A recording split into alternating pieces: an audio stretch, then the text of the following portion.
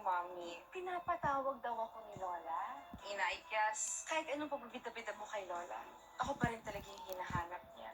May kutob ako na may kinalaman sa legalities or something yung pinag-uusapan nila. Could this be about the inheritance again, Mommy? At pag nagkataon, walang mamanahin si Yuan. Kaya walang mapupuntahan yung kabubuntot mo sa kanya.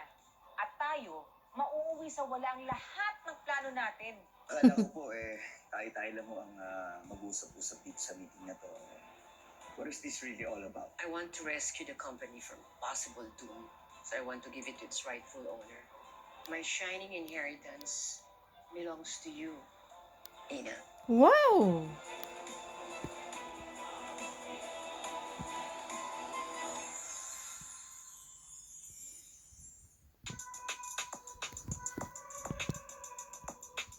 Sana all.